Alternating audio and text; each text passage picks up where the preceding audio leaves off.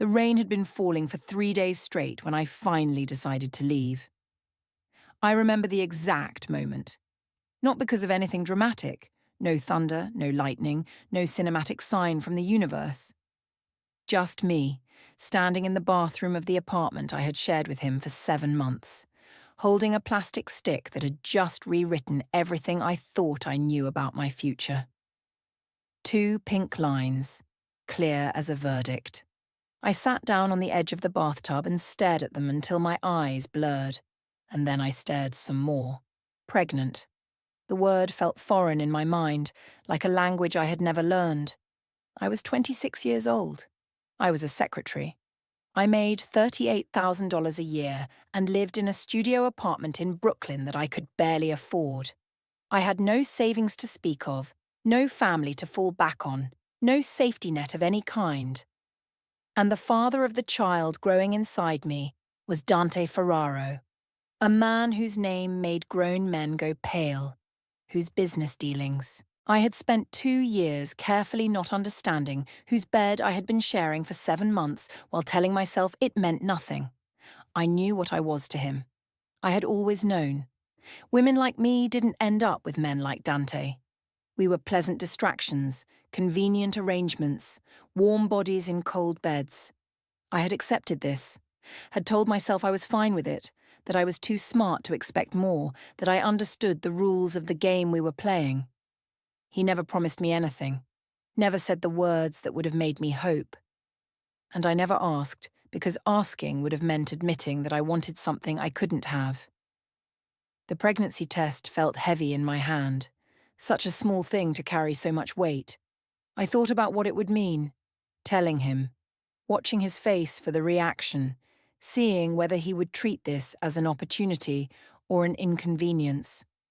I thought about his world, the violence that hovered at its edges, the funerals I had seen him attend, in dark suits with darker expressions. I thought about what kind of life a child would have, raised in the shadow of that power and that danger. I put the test in my purse, washed my face with cold water, stared at myself in the mirror until I recognized the woman looking back, tired eyes, pale skin, expression carefully blank. Then I went back to my desk outside his office like nothing had happened. That was at 2 in the afternoon. At 6:37, I found the invitation. Dante had left early for a meeting across town, something he rarely did. His office was empty and I needed a file from his desk, legitimately for once, not for any of the snooping I had occasionally done in those early months when I was still trying to understand exactly what kind of man I was working for. The file was in his top drawer, right where his assistant had said it would be, and so was the envelope. Heavy cream cardstock, gold embossing, the kind of paper that cost more than my weekly. Groceries. The Carbone family crest in the corner, raised and elegant. I knew I shouldn't open it, knew it wasn't mine to see. But something in me, some instinct, some premonition, some small voice that had been whispering warnings I refused to hear, made me slide the card out anyway. Mr. and Mrs. Anthony Carbone request the honour of your presence at the marriage of their daughter Lucia to Mr. Dante Ferraro. I read it 3 times. Then 3 more times after that, each reading changing nothing about the words printed there in elegant script. The date was 6 weeks away. 6 weeks. He had been planning a wedding while sharing my bed, while whispering things against my skin that I had been fool enough to believe, while I carried his child without knowing it. The room seemed to tilt slightly. I put my hand on the desk to steady myself, breathing slowly through my nose the way I had learned to do when panic threatened. In through the nose, out through the mouth, count to 4. Again, again. I put the invitation back exactly as I found it, closed the drawer, walked out of his office, then out of the building, then out of his life. I didn't take anything that wasn't mine, didn't leave a note, didn't cry, not then. The tears would come later, in cheap motel rooms and bus station bathrooms and all the lonely places where no one could see me break. But not there. Not in the world he had built, where weakness was noticed and exploited and used against you. I went back to my apartment, packed what I could fit in 2 suitcases, and caught a bus heading north. I had $462 in my checking account and a baby growing inside me and absolutely no plan beyond getting as far away as possible. That was 4 years ago.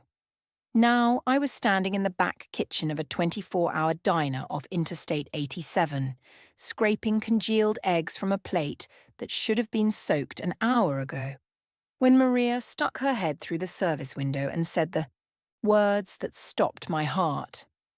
"Elena, Table 6 wants to talk to you specifically. Says he knows you." I set down the plate carefully, making sure my hands didn't shake, picked up the dish towel, wiped my hands slowly, methodically, using the motion to steady myself before I asked the question I already knew the answer to. "What does he look like?" Maria leaned against the window frame, her expression curious. "Expensive, dark hair going grey at the temples. Suit that probably cost more than my car. And scary as hell. There's something about the way he looks at you, like he's deciding whether you're worth the trouble." She raised an eyebrow. "Old boyfriend?" "Something like that." I untied my apron, hung it on the hook by the door, looked at my reflection in the small mirror we kept by the time clock. Pale face, hair pulled back in a messy ponytail, dark circles under my eyes from too many night shifts. I looked nothing like the woman who had worked in his office, who had worn pencil skirts and silk blouses and spent an hour each morning making herself presentable for a man who barely looked at her during business hours. That woman was gone. I had killed her deliberately, methodically, erasing everything that might make me recognizable. It hadn't been enough. I walked through the kitchen and into the dining room. The diner was mostly empty at this hour. 2 truckers in a booth by the window, an elderly man nursing coffee at the counter, a young couple arguing quietly in the corner. The fluorescent lights buzzed overhead, casting everything in that particular shade of yellow that made everyone look slightly unwell. The coffee machine gurgled. The pie case hummed. Normal sounds, normal night. And at table 6, sitting alone with a cup of coffee he hadn't touched, was Dante Ferraro. He looked exactly the same. That was the first thing I noticed, and it filled me with a resentment so sharp I had to swallow it down like bile. 4 years had passed. 4 years of struggling and scraping and building a life from nothing. 4 years of watching my body change and my daughter grow and my youth slip away in increments. And he sat there looking like time was something that happened to other people, wearing a suit that cost more than my car, his dark hair silvered only slightly at the temples, his face as unreadable as ever. I stopped 3 feet from his table, kept my hands at my sides, made myself meet his eyes. "Table 6, I said. "What can I get you?" He didn't answer right away, just looked at me with that particular intensity I remembered too well, the focus that had always made me feel like I was being disassembled and examined piece by piece. I had seen him look at contracts that way, at enemies, at problems he was deciding how to solve. The weight of his attention was physical, pressing against me like a hand on my chest. "Elena." His voice was the same too. Low, controlled, the kind of voice that never needed to rise because people leaned in to hear it anyway. "It took me a long time to find you. I didn't want to be found." "I know." We stood there for a moment, the silence between us thick with everything unsaid. The fluorescent lights hummed overhead, the coffee machine gurgled behind the counter. Somewhere outside, a truck rumbled past on the wet highway. The young couple in the corner stopped their argument, suddenly aware of something in the air, some tension they could feel, even if they didn't understand it. "You're going to sit down," he said finally. It wasn't a request. "I'm working." "Take a break."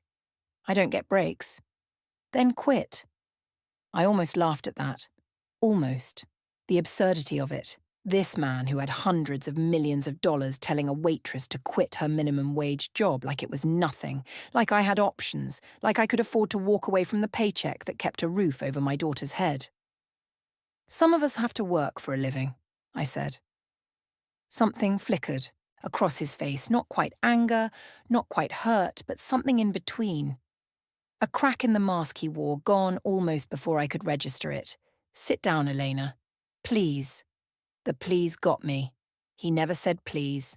Not to his men, not to his business associates, not to anyone. I had heard him give orders that ended lives without ever once using that word. Hearing it now, in his voice directed at me, felt like a crack in something I had assumed was unbreakable. I sat down across from him. He studied my face for a long moment, cataloguing the changes. I knew what he was seeing, the weight I had lost during the pregnancy and never quite regained, the lines around my eyes that hadn't been there before, the rough hands of someone who scrubbed dishes and wiped tables and worked double shifts to make rent. The way I held myself differently now, more guarded, more contained, like someone who had learned that the world was full of threats and the only defense was vigilance. "You look tired," he said. "I work nights. Nights are tiring." "You could have called. You could have..." "Could have what?" The words came out sharper than I intended. I made myself breathe, made myself smooth down the edges. Could have come back. Could have explained. Could have asked for help from a man who was planning his wedding while sleeping with me. His expression shifted. The mask cracked a little more. "You saw the invitation. I saw enough. If you had stayed, I would have what? Become your mistress? Waited in the wings while you married the Carbone daughter and made legitimate heirs with her? Raised your bastard child in some apartment you paid for, getting older and more invisible while you built your real life somewhere else?" I shook my head slowly. "I'm a lot of things, Dante. I'm not that." The wedding didn't happen. I had prepared myself for many things during this conversation. Anger, threats, cold dismissal, indifference. I had not prepared for that. Prepared for... what? The wedding. It was cancelled. 3 weeks after you disappeared. I processed this slowly, turning it over in my mind like a stone I wasn't sure I wanted to look beneath. 3 weeks. He had waited 3 weeks before calling it off. That was long enough to have looked for me first. Long enough to have tried to find me and failed. Why? Because I couldn't do it. He said it simply, like it was obvious, like the answer should have been clear to anyone paying attention. Because I spent 3 weeks looking for you before I was supposed to stand at an altar and promise forever to a woman who wasn't you. Because when they asked me if I was ready to commit to that marriage, I realized I already had committed to someone else, and she was gone. I didn't know what to do with this information. It didn't fit the narrative I had constructed, the story I had told myself to justify running. In my version, he had married Lucia Carbone, had children with her, forgot I existed within. Weeks of my departure. Moved on without a backward glance because women like me were replaceable, interchangeable, nothing but pleasant diversions in the lives of powerful men. That version was clean, simple, allowed me to be righteous in my anger. This was messier. This required me to reconsider. "It doesn't matter," I said finally. "It was 4 years ago. We're different people now." "Are we?" "I am." He nodded slowly, accepting this. His coffee sat untouched between us, a prop in a scene neither of us had rehearsed. The diner continued around us, Maria refilling the truckers' cups, the elderly man finally getting up to leave, the young couple making up from their argument in the way that only young people could, like nothing that had happened mattered. "Then tell me about the person you've become," Dante said. "Tell me about your life here. Tell me..." He stopped, and I watched him wrestle with something, some question he wasn't sure he wanted answered. "Tell me why you left. The real reason. Not the invitation. I know there was something else." My hands were trembling. I pressed them flat against the table, using the pressure to steady myself. The formica was cool beneath my palms, familiar from thousands of hours of serving and cleaning and surviving. "I was pregnant." The words hung in the air between us. I watched his face, looking for the reaction. Shock, denial, calculation, fear. What I saw instead was something I hadn't expected, something that looked almost like grief, raw and unguarded, cracking his features open in a way I had never seen. "Pregnant," he repeated. "Yes. With my child. Yes." His hand moved toward mine across the table, then stopped halfway, hovering over the scarred formica like he wasn't sure he was allowed to touch me, like he wasn't sure of anything anymore. "And you didn't tell me." "I found out an hour before I found the invitation. I was still processing, trying to understand what it meant, what I was going to do, how I was going to tell you, and then I saw your future laid out in gold embossing, and I understood that there was no place in it for me or for a baby you hadn't planned, so I made a choice." "You made a choice for both of us." "I made the only choice I could live with." He was quiet for a long moment. Outside, the rain had started again, spattering against the windows in irregular patterns. The neon sign in the window flickered once, twice, casting pink shadows across his face. I watched him process what I had told him, watched the information settle into him like sediment in still water. "Where is the child now?" he asked finally. His voice was carefully controlled, but I could hear the strain beneath it, the effort it took to keep his tone even. His hands had curled into fists on the table, knuckles white against his skin. "She, not the child. She has a name." "Tell me." I hesitated. This was the moment I had been dreading since I sat down, the moment when everything became real and irreversible. Once I told him, once I gave him that information, I couldn't take it back. He would know, he would want things, he would try to claim what he believed was his. But I was so tired of running, so tired of looking over my shoulder, of jumping at shadows, of building a life on a foundation of secrets that could collapse at any moment. 4 years of that had worn me down to something smaller than I used to be, something harder and more brittle. And maybe that was why I answered. "Gianna. Her name is Gianna." His breath caught. I saw it happen, the small hitch in his chest, the way his eyes closed for just a moment, the mask of control slipping away entirely. His hand came up to cover his mouth, and I realized with shock that he was trying not to cry. Dante Ferraro, who had built an empire through ruthlessness and will, who had ordered things done that would keep most people awake at night, who never showed weakness, never showed emotion, never let anyone see the human beneath the armor. He was sitting in a diner at midnight trying not to cry over a name. "My mother's name," he said finally, his voice rough. "I know." I had thought about it for months before she was born, had considered dozens of other options, names that carried no weight, that wouldn't tie my daughter to a legacy she might never know. But in the end, I couldn't do it. She deserved something of her father, even if she never met him. A name, a connection. Some small thread linking her to a history that was hers by blood, if not by presence. "I want to see her." "No.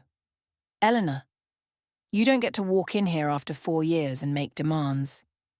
My voice was steady now, the trembling gone, replaced by something harder. The mother in me rising up, protective and fierce. "You don't get to disrupt her life because you've decided you're curious. She's stable, she's happy, she has a home and friends and a routine. I won't let you destroy that." "I'm not trying to destroy anything." "No. What happens when she finds out who you are? What happens when your world touches hers?" I leaned forward, holding his gaze. "I left to protect her from exactly this. From the violence and the danger and the enemies who would use a child to hurt you. That hasn't changed. Your world hasn't changed. I've changed. Men like you don't change. Men like me don't spend 4 years searching for women who disappeared. Men like me don't cancel weddings to crime families. Men like me don't sit in diners at midnight begging." He leaned forward too, and his eyes were darker than I remembered, deeper. "I have changed, Elena. I didn't understand what I had until I lost it. And I've spent every day since trying to become someone who deserves to get it back." The door opened behind us. letting in a blast of cold air and a group of college students, loud and laughing and completely oblivious to the drama unfolding at table 6. Maria moved to seat them, shooting me a look that asked if I was okay. I nodded slightly. "It's late," I said. "My shift ends in 2 hours. I need to get back to work. I'm not leaving until we finish this conversation. Then you'll be here a while." I stood up before he could respond, walked back to the kitchen without looking at him, picked up my apron, tied it around my waist, and went back to scraping plates like my life hadn't just cracked open and spilled its contents across a diner table. Maria found me in the walk-in freezer 20 minutes later, sitting on a crate of frozen hamburger patties, crying for the first time in years. She didn't say anything, just sat down beside me on another crate, close enough that I could feel her warmth, far enough to give me space. She waited until the tears stopped, which took longer than I expected, great heaving sobs that seemed to come from somewhere deeper than my chest, releasing years of pressure I hadn't known I was carrying. When I finally wiped my face and looked at her, she handed me a paper towel from the dispenser she'd brought in. "That bad?" she asked. "That bad. He's still out there. Hasn't moved, hasn't touched his coffee, just sitting there like a statue." "I know. Is he dangerous?" I thought about how to answer that. Dante Ferraro was one of the most dangerous men in the country. He controlled territories that spanned multiple states. He had enemies who dreamed of killing him and allies who feared him almost as much. People died because of decisions he made, others lived only because he allowed it. But he had never been dangerous to me. Not physically. Not in the way Maria meant. "Not to us," I said finally. "Not directly." "Want me to call the cops?" "No, that would make things worse. Much worse." She nodded, accepting this without pressing for details she didn't need. That was one of the things I liked about Maria. She understood that some questions were better left unasked. She had her own history, her own reasons for working the night shift at a diner in the middle of nowhere. We had recognized each other the way survivors always did, and we had built a friendship on the things we didn't say as much as the things we did. "He's Gianna's father, isn't he?"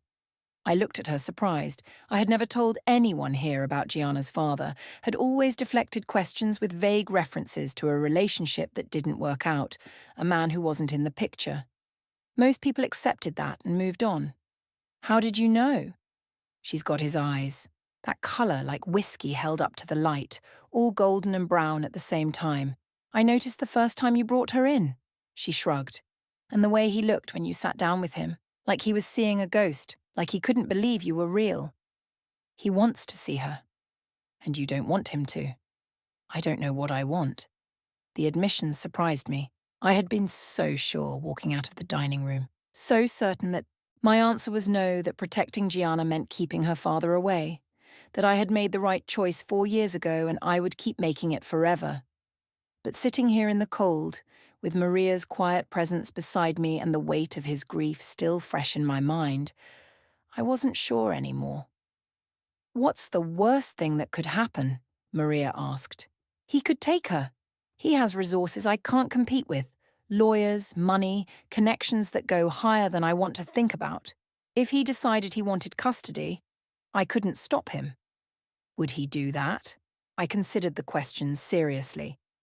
4 years ago, I would have said no without hesitation. Dante was many things, but he wasn't cruel without purpose. He wouldn't rip a child from her mother just because he could. But 4 years was a long time. People changed. He claimed to have changed.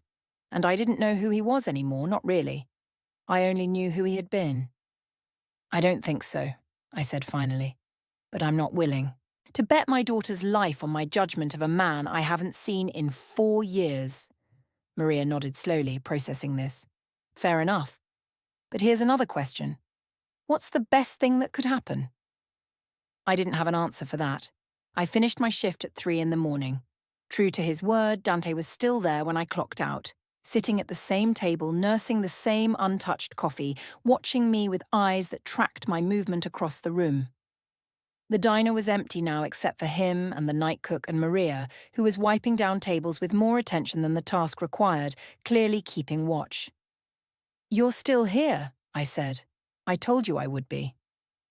You're going to get kicked out when the morning manager comes in. He doesn't like loiterers. Then let's continue this somewhere else. I should have said no. Should have walked out the door, gotten in my car, and driven home to my daughter like a sensible person. But Maria's question was still echoing in my head. What's the best thing that could happen? And I realized I needed to know the answer. I needed to know what the best possible outcome of this situation was before I could decide how to handle it. There's a bench by the lake, I said. Across the road and down the path. We can talk there. We walked in silence through the empty parking lot, across the wet highway, down the muddy path to the small lake that gave this town what little charm it had. The rain had stopped, leaving the air fresh and clean, smelling of wet earth and growing things. The moon was out, painting everything in silver and shadow. The bench was damp, but neither of us seemed to care. We sat down side by side, looking out at the black water and the trees that lined its edges, their branches bare against the grey sky. Somewhere a frog was singing. An owl called from the darkness. "Tell me about her," Dante said quietly. "Tell me about my daughter." So I did. I told him about the pregnancy, how sick I was in the first trimester, unable to keep anything down, losing weight when I should have been gaining it. How scared I was, alone in a town where I knew no one, working a job that barely paid the bills and offered no insurance. How I had worked until I was 8 months along because I couldn't afford not to, my feet swelling and my back aching and my body rebelling against the demands I placed on it. I told him about the birth. 18 hours of labour in a hospital where I knew no one, no hand to hold, no voice to encourage me. How I had screamed and pushed and finally heard that first cry, thin and angry and the most beautiful sound I had ever heard. How I had held my daughter for the first time and felt a love so overwhelming it terrified me, so absolute it remade me from the inside out. I told him about her first year, the sleepless nights when she wouldn't stop crying and I didn't know what was wrong, the terror of every fever and rash and strange sound, the moments of pure joy that made everything else worthwhile. Her first smile at 6 weeks, gummy and lopsided, directed at a spot somewhere over my shoulder. Her first laugh at 4 months, prompted by me making ridiculous faces. Her first steps at 11 months, lurching across the living room toward a stuffed rabbit she loved with unreasonable passion. I told him about her first word, no, delivered with the same stubbornness she would show in everything else. Her first sentence, want cookie, which she said approximately 400 times a day for 3 months straight. The way she learned to climb before she learned to be careful, resulting in more trips to the emergency room than I wanted to count. I told him about the life we had built here. The small house I rented at the edge of town, with its creaky floors and drafty windows and backyard just big enough for a swing set, I had bought second-hand and spent a whole weekend assembling, the preschool she attended, where she had made friends whose names she recited every night at dinner, Sophie and Marcus and little Tommy, who she was going to marry apparently, even though boys were gross. The bedtime routine we had developed, bath, story, song, lights out, that she insisted on following in exactly the same order every single time, because children were tyrants about things like that. I told him more than I meant to, kept talking long after I should have stopped, words spilling out like water from a broken dam. 4 years of carrying this alone, of having no one to share it with, of treasuring each milestone in silence because there was no one else who cared, and suddenly there was someone who wanted to hear it, who listened like every detail mattered, who asked questions that showed he was paying attention, remembering, cataloguing everything I said. By the time I finished, the sky was starting to lighten in the east, grey giving way to pink, giving way to gold. Birds had begun, their morning songs in the trees around us, a chorus of chirps and whistles and complicated melodies. The world was waking up, and I had been talking for almost 2 hours. I missed everything, Dante said. His voice was rough in a way I had never heard it, scraped raw by something deeper than words. Her whole life so far, Every milestone, every moment, I missed all of it. Yes, because you decided I didn't deserve to know. Because I decided she didn't deserve to be caught in your world. There's a difference. He was quiet for a long moment, staring out at the lake, where the first rays of sun were turning the water from black to silver. His profile was sharp against the lightning sky, that same face I had studied in dozens of moments, trying to understand the man behind it. I want to meet her, he said finally. No, Elena. He turned to look at me, and his eyes were harder now, the softness of the past 2 hours fading into something more familiar. The businessman, the negotiator, the man who always got what he wanted. I am not asking. And I am not negotiating. I stood up, putting distance between us, letting the cool morning air clear my head. You can threaten me, you can use your lawyers and your money and your power to try to force this, but I will disappear again. I have done it before. I will take her somewhere you will never find us, somewhere so far and so hidden that you will spend the rest of your life wondering what your daughter looks like, what her voice sounds like, whether she has your mother's eyes or just her name. You would do that? Run again. I would do anything to protect her. We stared at each other across the distance I had created, two people who had once been as close as it was possible to be, now separated by years and choices and the small life that existed because of both. What do you want? He asked finally. What would it take for you to let me meet her? I want guarantees. What kind of guarantees? That you won't try to take her, that you won't disrupt her life, that you won't bring your world anywhere near her. I folded my arms across my chest, hugging myself against the morning chill. I want your word, Dante, not a promise you can break without consequence. Your word, given on something that matters to you. He was quiet for a long moment, turning this over. Then he stood up, crossed the distance between us, and took my hands in his. His grip was warm, solid, exactly as I remembered it, calloused in ways that surprised me, stronger than they looked.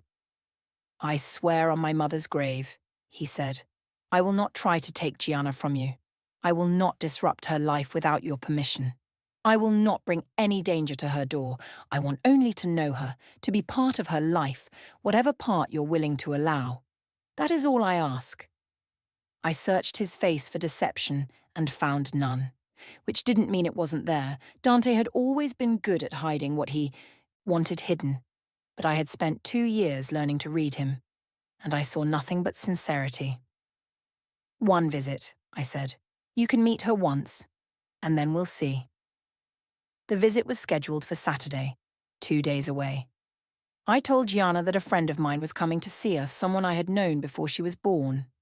She accepted this with the easy trust of a child who had no reason to doubt her mother, and I felt the weight of my eventual betrayal pressing against my chest.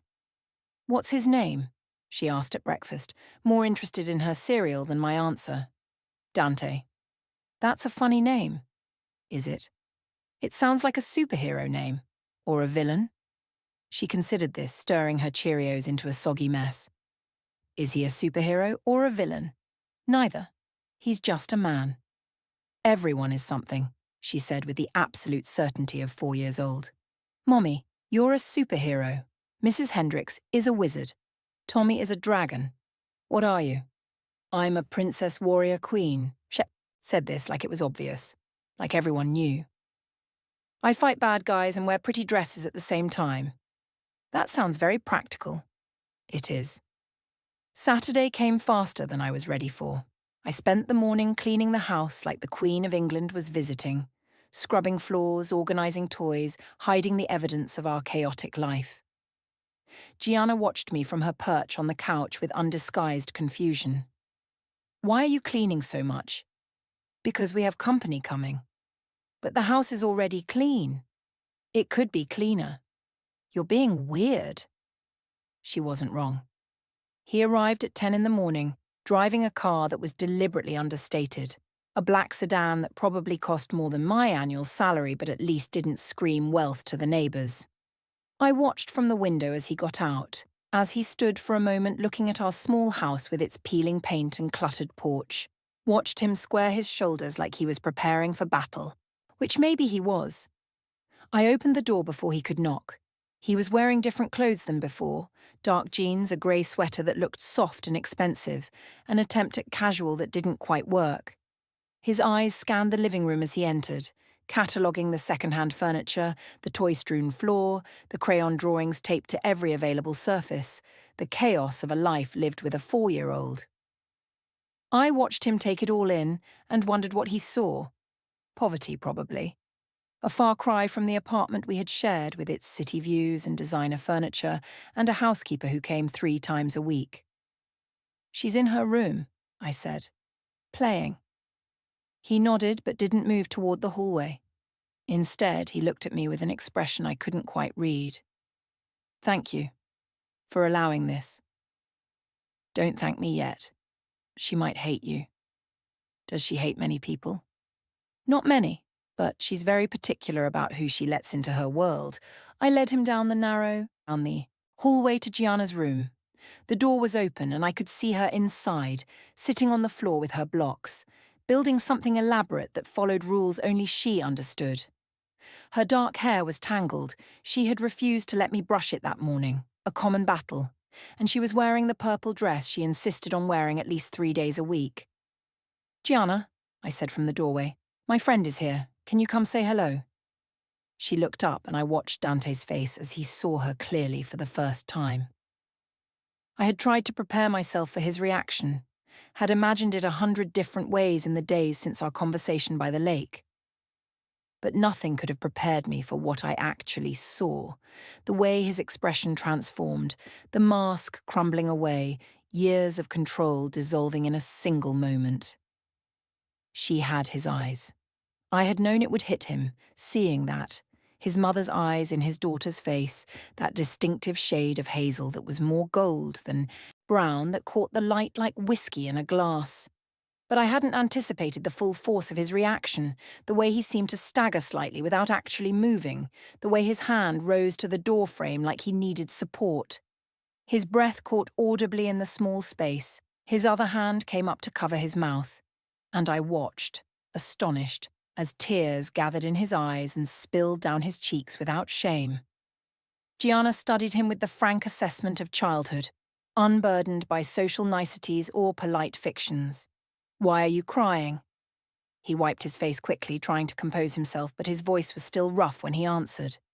"Because I'm happy to meet you." That's weird. People don't usually cry when they're happy. Sometimes they do, when they're very, very happy. She considered this, her small face serious. "Are you very, very happy?" "I am. More than I've ever been in my life." She nodded, accepting this explanation, and returned to her blocks. "I'm building a castle. Do you want to help?" He looked at me, a question in his eyes. I nodded slightly, giving permission, and he entered the room slowly, carefully, like someone approaching something precious that might break if handled too roughly. He lowered himself to the floor across from her, his expensive sweater brushing the carpet that needed vacuuming, and watched as she demonstrated how the blocks were supposed to fit together. "The blue ones go on the bottom," she explained, handing him a block, "because blue is the strongest colour, then red, then yellow. Never green on the bottom. Green is for the flags." "I see." "What happens if you put green on the bottom?" "The castle falls down. It's science." "Is it?" Mommy said. "Science is the rules that make things work, like gravity and magnets and why the sky is blue." "Your mommy is very smart. She's the smartest person in the whole world." Gianna said this with absolute conviction, the way children say things they have never questioned. "She can do anything." I leaned against the doorframe, watching them. My daughter explaining her complicated construction rules to a man who controlled an empire, who had people killed with a word, who was feared by criminals and law enforcement alike. And he listened, really listened, not with the condescending half-attention most adults gave to children's chatter, but with genuine focus, asking questions, following her logic, adding blocks where she directed. "You're doing it wrong. she told him after a few minutes. The red one goes there, not there. My apologies, show me again. She did with the exaggerated patience of a teacher dealing with a particularly slow student. See? Like this. It's not hard. I'll try to do better. You'd better. My castle is very important. I watched them play for an hour. Then 2. Dante followed Gianna's lead without complaint, building and rebuilding the castle according to her exacting specifications, listening to her explanations of why things had to be just so, responding to her questions with the same seriousness he would have given to a business negotiation.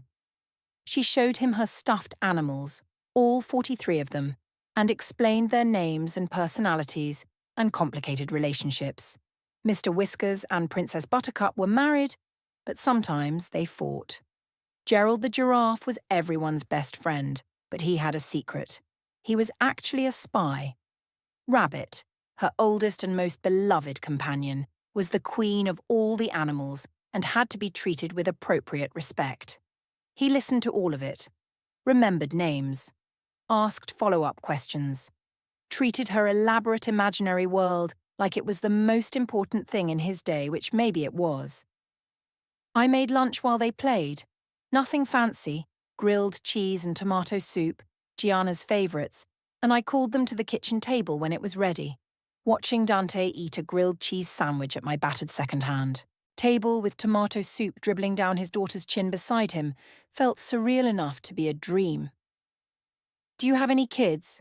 Gianna asked him through a mouthful of sandwich. I froze with my spoon halfway to my mouth. Dante's eyes flickered to me, then back to our daughter. That's a complicated question, he said carefully. Why is it complicated? It's yes or no. Some things aren't yes or no. She frowned, clearly dissatisfied with this answer. Mommy says I should always tell the truth. Are you not telling the truth? I'm telling the truth. I just don't have a simple answer. Gianna turned to me, seeking clarification. I set down my spoon and chose my words carefully.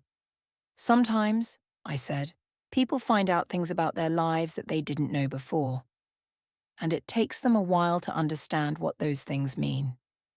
Like a mystery? Exactly like a mystery. This seemed to satisfy her, and she went back to her sandwich. But I saw Dante's eyes on me, a question and an acknowledgement in their depths. And I knew we were both thinking the same thing. How long until she figured out the mystery we were dancing around? After lunch, Gianna insisted on showing Dante the backyard. He followed her outside with a patience I hadn't known he possessed, listening to her explain about the swing set, about the flowers she had helped me plant last spring, about the robin's nest in the corner that had held eggs and was now empty. She showed him her favourite rock, a smooth grey stone she had found at the lake and carried home in her pocket. She showed him the patch of dirt where she was trying to grow carrots, which hadn't worked, but which she watered faithfully every day anyway. She showed him the exact spot where she had fallen off the swing and scraped her knee, lifting her dress to display the faded scar with the pride of a warrior displaying a battle wound. It hurt a lot, she told him. I cried, but Mommy said crying is okay because everyone cries sometimes, even superheroes. Your mommy is right. Do you cry sometimes? I do. I cried this morning when I met you. She considered this, her small face serious. That's okay. You can cry in front of me. I won't tell anyone. I watched from the kitchen window, coffee growing cold in my hands. He knelt in the dirt to examine her failed carrot patch with grave attention, pushed her on the swing until she shrieked with laughter, let her lead him around by the hand, chattering constantly, demanding attention and engagement and getting both without complaint. This wasn't the man I had known. Or maybe it was the man he had always been, hidden beneath the layers of power and violence that his life required. Maybe this was who he would have been, if circumstances had been different, if he had been born to a different family, if he had been given choices instead of mandates. It didn't matter, I told myself. Whatever he was or could have been, I couldn't afford to. Let it change my judgment. My daughter's safety came first, always. But watching him with her, the gentleness, the attention, the joy that seemed to radiate from him every time she laughed. I felt something in my chest loosen, something I had held tight for 4 years, protecting myself against this exact moment. He stayed until 3 o'clock, when Gianna's energy finally flagged and she announced that she needed a nap. I carried her to her room, settled her under her blanket, kissed her forehead. When I came back to the living room, Dante was standing by the window looking out at the street. "Thank you," he said without turning around. "She likes you." "Does she?" He turned then, and his face was open in a way I rarely saw it. Vulnerable, almost young. "She's extraordinary, Elena. She's everything. I know. I want to come back. I want to see her again." I had expected this, had prepared for it, turning arguments over in my mind through sleepless nights. But standing here watching him, I found I couldn't summon the refusal I had planned. "Saturday," I said. "You can come on Saturdays for now. We'll see how it goes." His whole body seemed to relax, tension draining out of him like water from a broken glass. "Thank you. Don't make me regret it. I won't. I swear to you, Elena. I won't." He left, and I stood at the window watching his car disappear down the road, wondering what I had just set in motion. The Saturdays became routine. Every week, without fail, he arrived at 10 in the morning and stayed until 3 in the afternoon. He learned what Gianna liked and didn't like. Learned that she hated peas but would eat them if they were hidden in rice. Learned that she needed exactly 3 stories before bed, no more and no less. Learned which stuffed animals were currently in favour and which had fallen from grace. Learned the complicated politics of her preschool social circle, who was friends with whom and who wasn't speaking to whom, and why. He brought her gifts at first. Expensive toys, elaborate playsets, a dollhouse that was bigger than our kitchen table. I put a stop to that after the 3rd visit. Told him that if he wanted to give her something, it had to be something meaningful. Books, art supplies, things they could use together that would create memories rather than just accumulating in corners. He listened, started bringing watercolours and construction paper and books with beautiful illustrations that he read to her in voices that made her laugh.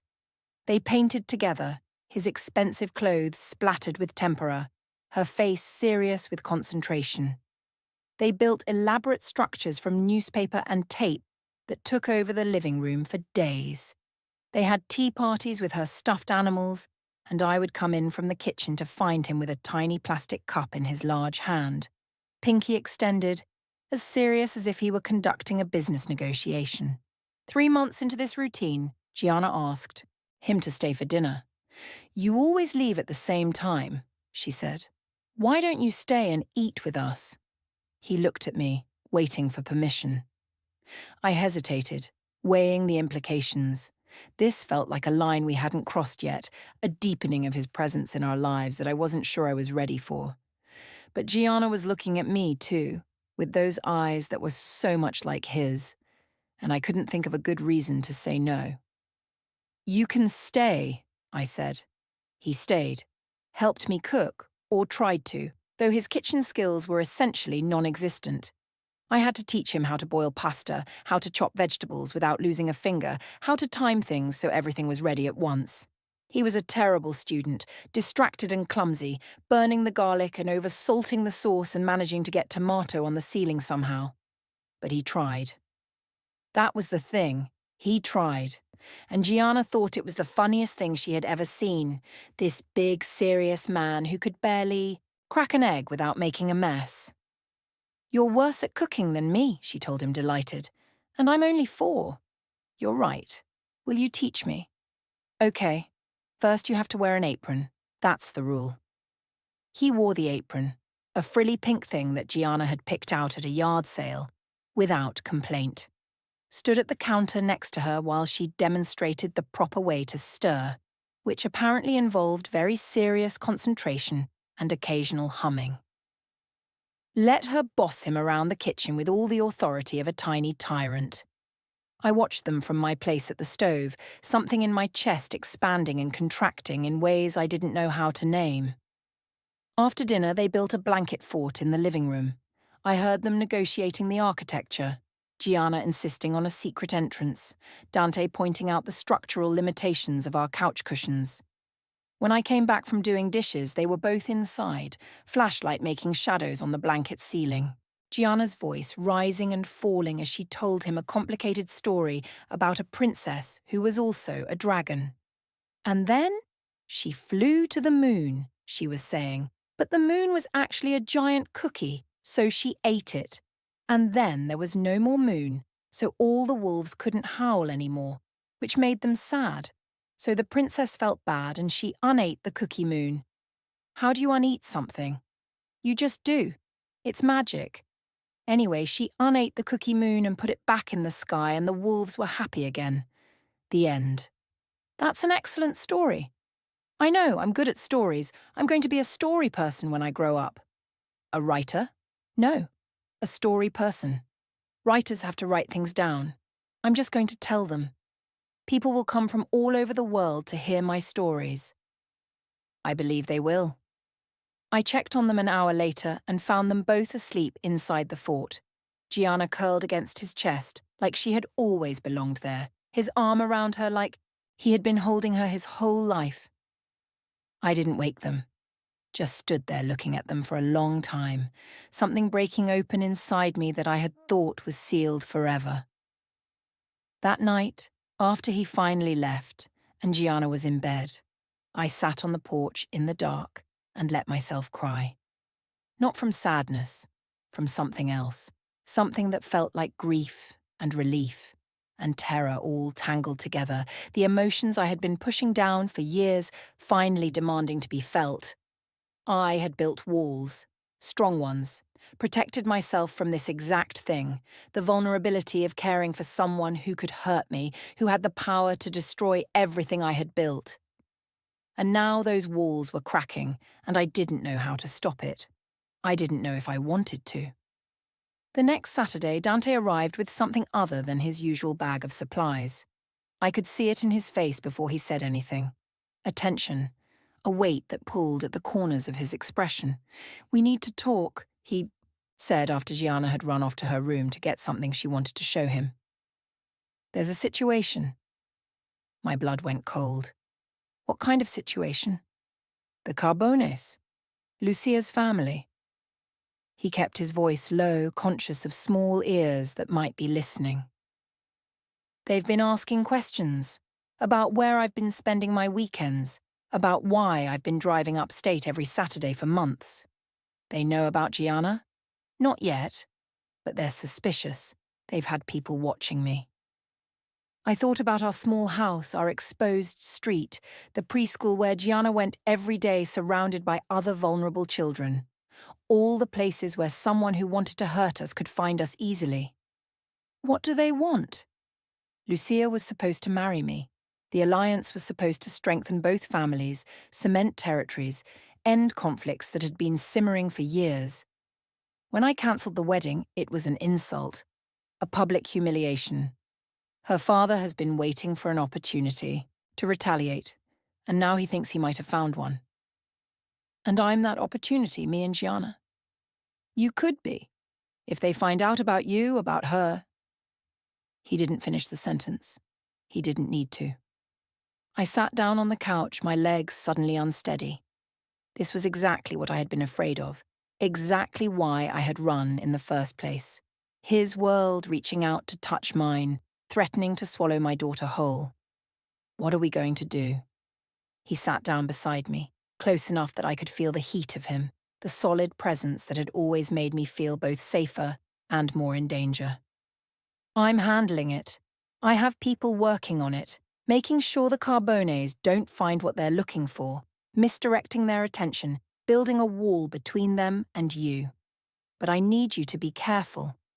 Don't go anywhere alone if you can help it. Vary your routine. Don't go to the same places at the same times. If you see anyone watching you, anyone suspicious, call me immediately." "I don't have your number." "Yes, you do." He pulled out his phone, then mine from where it sat on the coffee table and programmed something in. "You have it now, and I'll have people nearby. You won't see them, But they'll be there. Guards. Protection. I didn't ask for protection. I know. He looked at me with that intensity I remembered, the focus that stripped away everything else. But Gianna is my daughter, and you are her mother. I will not let anything happen to either of you. I wanted to argue, wanted to insist that I could take care of myself, that I didn't need his help, that accepting his protection was just another way of becoming entangled in his world. But I thought about Gianna, about her innocent face and her ridiculous tea parties, and the way she ran to the door every Saturday morning to see if Dante was there yet. Okay, I said. Okay. The weeks that followed were tense. I saw the watchers sometimes, unfamiliar cars parked on our street, men in doorways who looked away when I noticed them. Most of them were Dante's people, I knew. But some of them might not be. Some of them might be looking for exactly what the Carbones wanted to find. I stopped going to the grocery store at the same time each week, varied my route to work, started checking my mirrors more often, looking for cars that appeared too frequently. The hypervigilance was exhausting. A return to the first years after I'd left, when I had looked over my shoulder constantly, waiting for the moment when my past caught up with me. Dante increased his visits, came on Wednesdays now too, and sometimes Sundays. He never stayed overnight, we hadn't crossed that line, but he was there more often than not, a presence in our lives that had become almost normal. Gianna adored him, had stopped asking when he was coming and started asking why he ever had to leave. "Why don't you live here?" she asked him one Sunday afternoon. They were in the backyard and I was pretending not to listen from the kitchen window. "It's complicated, little one." "That's what you always say. But Mommy lives here and I live here. Why don't you live here too? Would you like that?" Yes. She said it with the simple certainty of childhood, unburdened by adult complications. "You could have your own room. We have an extra room. Mommy keeps boxes in it, but we could move the boxes." I saw Dante smile, really smile, the expression transforming his face into something almost soft. "I'll talk to your mommy about it. Promise?" "Promise." He didn't bring it up that day, or the next time he visited, or the time after that. But I caught him looking at me sometimes with an expression I couldn't quite read, and I knew the question was there, waiting for the right moment to be asked. The right moment came on a Saturday, 6 weeks later, when I came home from work to find him waiting on my porch with an expression that made my stomach drop. "What happened?" "Nothing yet. But I need to tell you something." We sat on the porch steps together, the evening quiet around us. Inside, I could hear Gianna talking to Mrs. Hendricks about something important. Probably Tommy, who she was going to marry even though he ate boogers. "The Carbone situation is escalating," Dante said. "They've narrowed down my weekend trips to this general area. They don't know about you specifically, but they know there's something here I care about. Someone." "What does that mean for us?" "It means we have decisions to make." He turned to look at me and his face was serious in a way I hadn't seen before. "I can handle this. I have the power to end it permanently. But it would mean becoming someone I've been trying not to be." "What do you mean?" "I've been restructuring the business, moving away from the things that made me dangerous in the first place. The violence, the territory disputes, the parts of my world that put people in danger. I've been trying to build something cleaner, something I could be proud of, something—" He paused, choosing his words. "Something I could offer to you and Gianna without being ashamed, without bringing the worst parts of my life to your doorstep.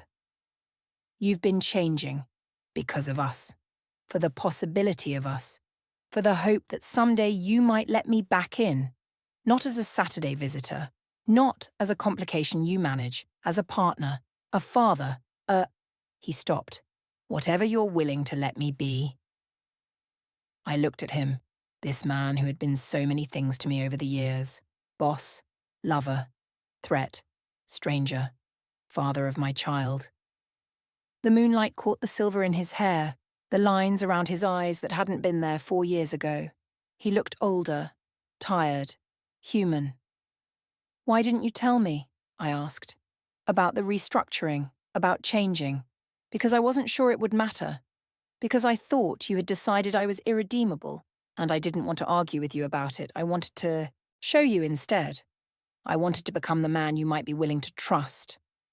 The silence stretched between us, filled with cricket song and distant traffic and the sound of Gianna's laughter from inside. I need to tell her, I said finally, about who you are. She's old enough now. She's starting to ask questions I don't know how to answer. Are you sure? No, but I'm tired of lying to her. She deserves to know who her father is. He was quiet for a moment. When? Tomorrow. If you're there.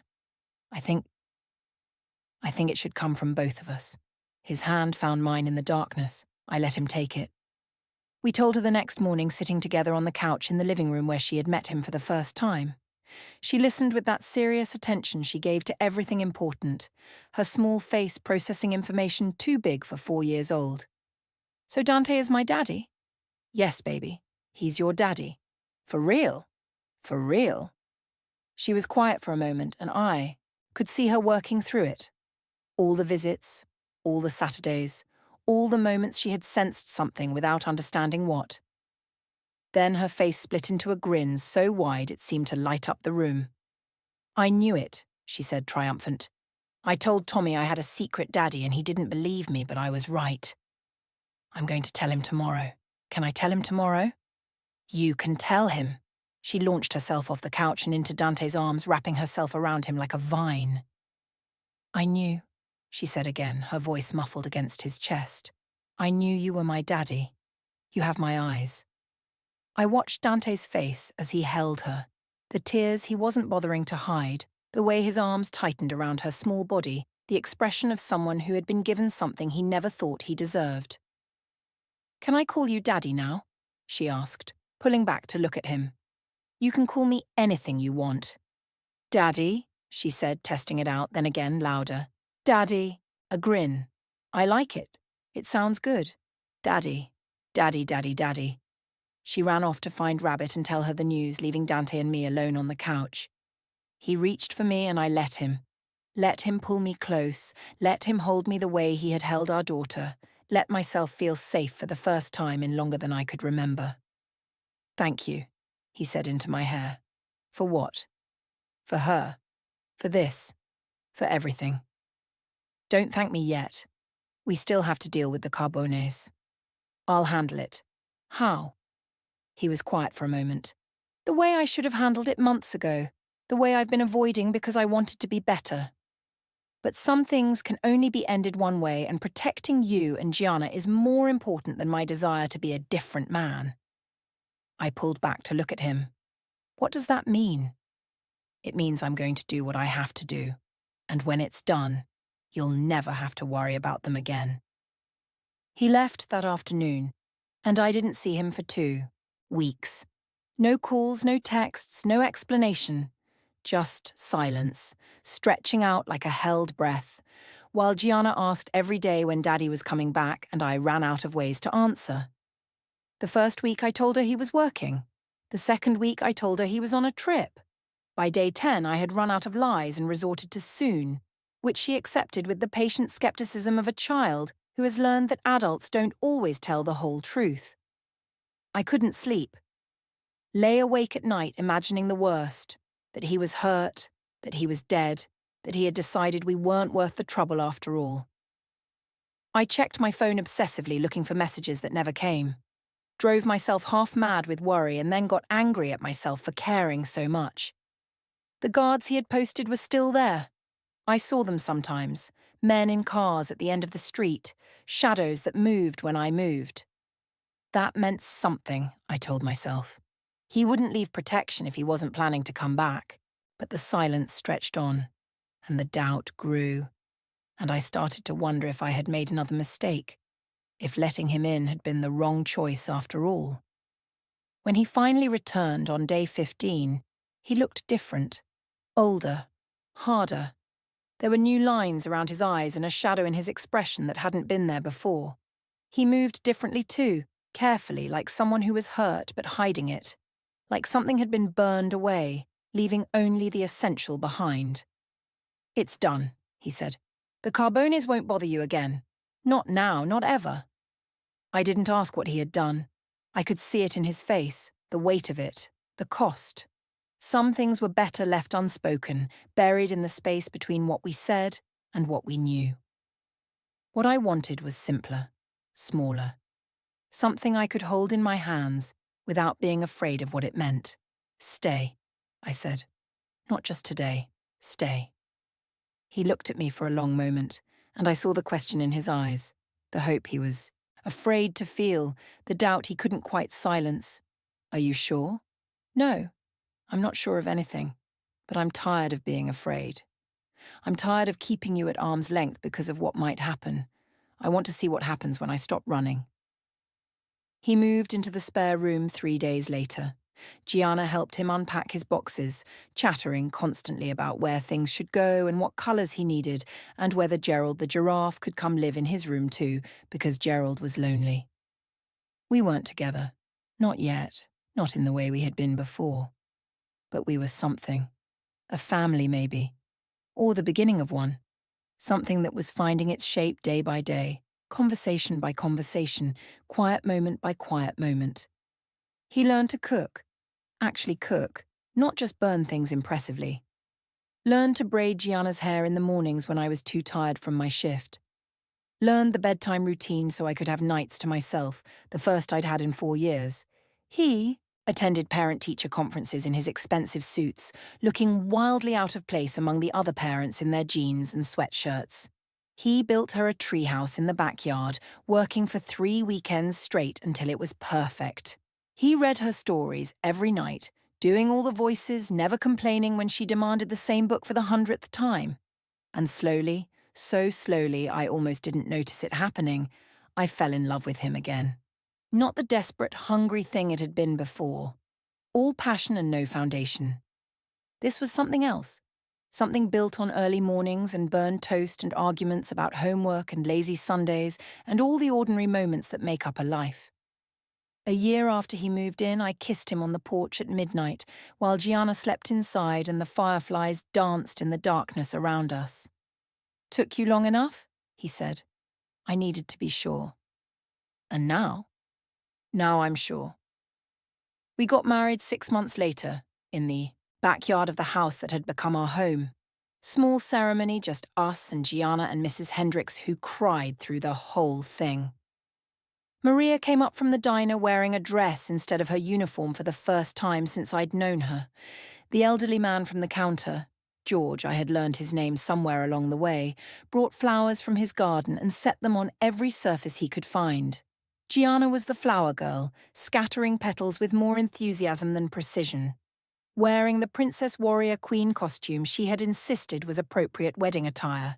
She had made Dante a crown out of construction paper and glitter, which he wore without complaint or embarrassment.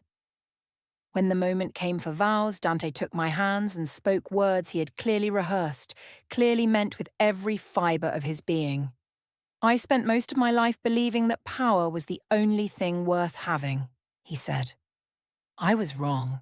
The only thing worth having is this, you, and her, and whatever life we build together. I promise to deserve it. Every day for the rest of my life, I promise to try to deserve what you've given me.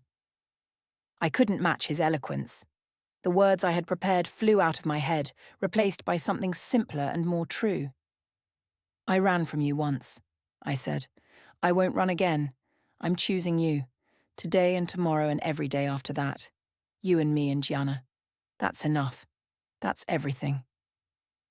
When Dante kissed me at the end, Gianna wedged herself between us and demanded to be included. Family hug, she declared. That's the rule now. Family hugs, forever. So we held her between us, the 3 of us tangled together in the afternoon sunlight, and I thought about the night I ran. The rain, the fear, the certainty that I was protecting my unborn child from a world that would swallow her whole. I had been right to leave. I knew that now. If I had stayed, everything would have been different. Worse, probably. The pressure and the danger and the expectations would have crushed something between us before it had the chance to grow. But I was also glad he found me. glad I let him in. Glad I gave him the chance to become the man he was always capable of being. Years passed. More children came, a son, then another daughter. The house filled with noise and chaos, and the particular madness of a family still learning how to be itself. Dante became someone I never would have imagined, patient, present, full of a joy that seemed to surprise him as much as anyone. And through it all there was Gianna, our firstborn, the daughter who had been raised in hiding, who had met her father in a diner parking lot, who had taught both of us what it meant to love something more than yourself. She grew up knowing both sides of her history, the danger and the grace, the violence and the redemption. We didn't hide the truth from her, but we shaped it into something she could carry. A story about choices, about change, about the possibility of becoming more than what you started as. Many years later, sitting on the porch of the house where we had built our life, watching my grandchildren play in the yard while Dante dozed in the chair beside me, I thought about the night I ran. About the plastic stick that had changed everything. About the invitation I should never have seen. I reached over and took his hand, weathered now with age but still warm, still solid, still mine. "What are you thinking about?" he murmured, stirring. "The beginning." "Which beginning?" "The one that brought us here." He smiled, that same smile that had taken me years to see. "My second best day." "Second best?" "The day I found you in that diner. The first best was the day you let me stay." I leaned into him, feeling his arm come around me, feeling the rightness of this life we had built.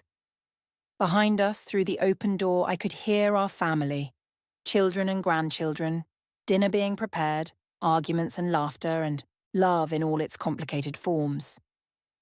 Gianna stepped onto the porch, her own daughter on her hip, and smiled at us. "Dinner's ready," she said. "Are you two coming in, or are you going to sit out here being romantic all night?" "We're coming," I said. "Take your time."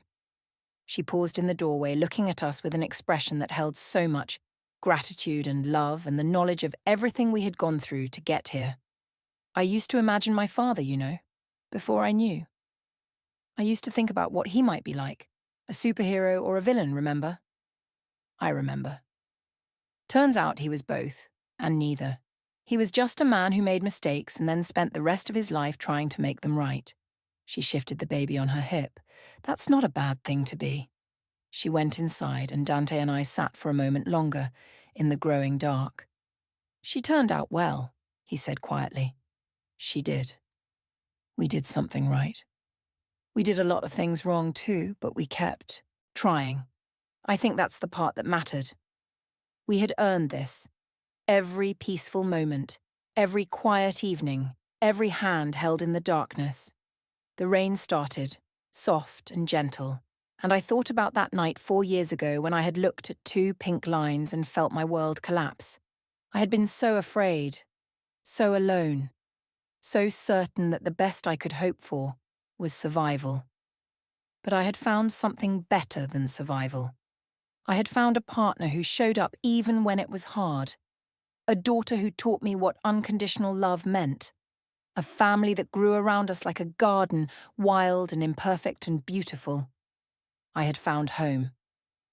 And sitting there with Dante's hand in mine, listening to our family inside, watching the rain fall on the world we had made, I knew something with absolute certainty. This was exactly where I was supposed to be, not because it was easy, not because it was perfect, but because we had chosen it, built it, fought for it, and refused to give up on it even, when giving up would have been easier. That was the love story, not the romance of it, though there was romance, not the passion, though there was passion, but the choice, the daily deliberate difficult choice to stay, to try, to believe that the person beside you was worth the work, and to be worth the work in return. Dante squeezed my hand and I squeezed back, and we sat together in the rain as the night grew dark around us. Together, finally, after everything. Home.